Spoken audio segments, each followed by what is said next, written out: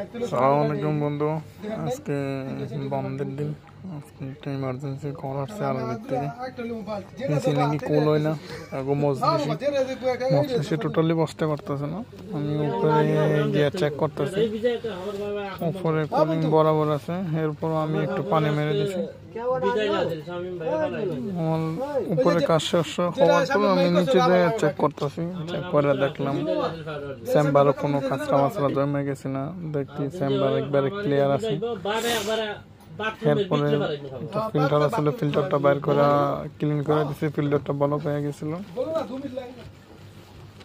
দেখতেছেন ফিল্টারটা ক্লিন করতেছে। ফিল্টার ক্লিন করার পরে আমি ফিল্টারটা যখন লাগানো শেষ হয়েছিল, এরপরে চালিয়ে দেখলাম কল বরাবর আসতেছে।